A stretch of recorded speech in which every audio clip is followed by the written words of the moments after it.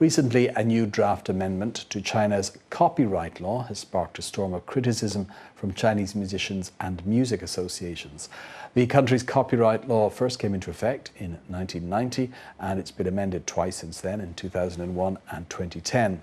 Now, the main targets of all the criticism are two articles concerning the rights to use original music written or produced by others.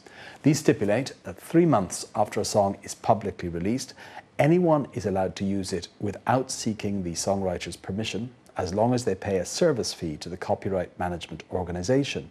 This is then supposed to be distributed to the original copyright owners. Now, critics say this period of 3 months is simply not long enough, as it can often take much longer than that for a song to become really popular. They also complain that the new rules mean that the right to decide how much should be paid for a song is taken from the writer and given to these copyright organisations. Both Chinese musicians and experts in intellectual property rights have argued that these measures will harm the interests of those who produce music and also discourage innovation and production in the Chinese music industry. So, what kind of comments have net users got regarding this new draft? Well, to get an idea, let's join our researcher Esther Dang in the newsroom. So Esther, quite a bit of anger on the part of musicians and producers, it seems. Is that shared by Chinese net users? Well, based on the comments I've seen, in general, yes. It seems the majority of posters here feel quite displeased and don't support the draft. For example, Jiang Ming on Yahoo.com posted, "It's a complete robbery, and it will definitely discourage music creation and lead to a decline in good music. But some business individuals will be happy that no one will be able to accuse them of piracy." And this poster from Sichuan makes a blunt statement about state power, saying, "This is actually a continuation of the planned economy. The state forcefully grabs its profits. The state stands only for a small group of people with power." And besides comments from ordinary posters, I've also come across lots of remarks from those working in the music industry. Since the announcement of the draft, lots of singers, composers, and record executives have organized press conferences. At this, they've angrily denounced the plan and expressed concerns over the future of China's music industry. For example, at a forum held in Shanghai, some composers said, "For us, what kind of a song will we write, and what kind of singer we'd like to perform it, and what kind of style we want are all parts of our own creation. But according to the new draft, 3 months after the work is released, anybody, as long as they pay some money to the Music Copyright Society of China, can reproduce a cover song and claim it as their own." And Liu Huan, a very influential Chinese singer, expressed his discontent at a press conference recently held in Beijing by saying, "If the draft becomes law, then our private copyright will legally become public domain, and the internet companies' use of our music will also be legal. Nobody will bother to make new songs, and that will be a fatal disaster to our whole music industry. In the future, Chinese people can only listen to music from the US, Europe, or Japan and South Korea."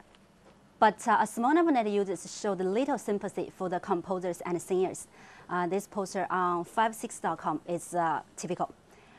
"For me, what they produce is poor in quality, and they often copy other people's works. And they have the audacity to talk about copyright? Also, a lot of people feel it's unfair for those producing music, like this post also from 56.com. After all, those people producing music have to make a living as well, don't they?" And finally, Zheng Jun, a very famous Chinese rock singer, had this rather sarcastic comment. "I've already decided to make a living as a yoga coach. It's a good job." Okay, so I can understand people's anger over infringement, say, of the music producer's copyright. But from the last few posts there, it seems a lot of people see the draft as having serious consequences at a wider level, right across the entire Chinese music industry. Is that so? Well, according to the majority of posts online, the answer is yes. And based on the comments I've seen, plenty of people believe that even before the draft, the situation of the whole music industry, especially the record industry, was already quite difficult. First, we have this net user on iPhone.com. "Today's record industry is totally different from a decade ago. The record companies used to develop their artists, make music for them, and then sell CDs. But the development of the internet has broken that pattern, and people can easily get their music online without paying. It's become harder and harder for these companies to make profits.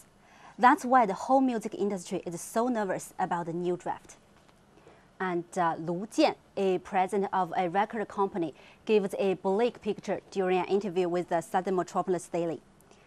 Currently, there are tens of thousands of musicians and thousands of singers in China, but the majority of record companies are quite small, and even for some larger ones, the average number of employees they employ is 20 or 30.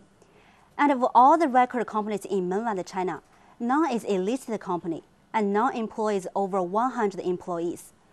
Employee income for record companies are some of the lowest in the country. Finally, Zhou Yaping, Deputy Director of China Association of Audiovisual Records Committee, has this to say on Sohu.com. In Taiwan, musicians' income accounts for 60% of the profits of the whole music industry. But in the mainland, we can only get 2%. What a contrast. Well, since everybody concerned seems so unhappy with the new draft, including people online, why do people think this new possible legislation was even proposed in the first place? Well, many pollsters here firmly believe it's because the regulatory department wants to make more money. And many are criticizing the Music Copyright Society of China, known as MCSC, who are in charge of musicians' copyright. This user from Hunan gives a very representative comment. It's just because the MCSC wants to collect more cash, so they make a law to justify their actions. And plenty of pollsters also sharply point out that the monopoly MCSC enables the government to make the draft without hesitation, like this anonymous poster who remarks on 163.com. In China, the foundation of copyright management organizations is closely related to administrative power. And in every industry, there is only one copyright management body, which is established by the National Copyright Administration. But in other countries, it's the industry itself which forms the copyright management body with the purpose of protecting the whole industry. The copyright management organizations in China have done nothing except collect money over the past years. Finally, this poster named Li Shuming on GCRB.com thinks changes have to be introduced to the draft, commenting, "The amendment of any law is a redistribution of interests. As for the copyright law, of course the copyright owners should be the first to be protected. So whether or not their interests are guaranteed is the most important benchmark to measure the worth of the law." Those much mentioned vested interests again. Okay, thanks for that, Esther. That was China Take researcher Esther Dung with reaction to apparently unpopular proposed changes to China's music copyright.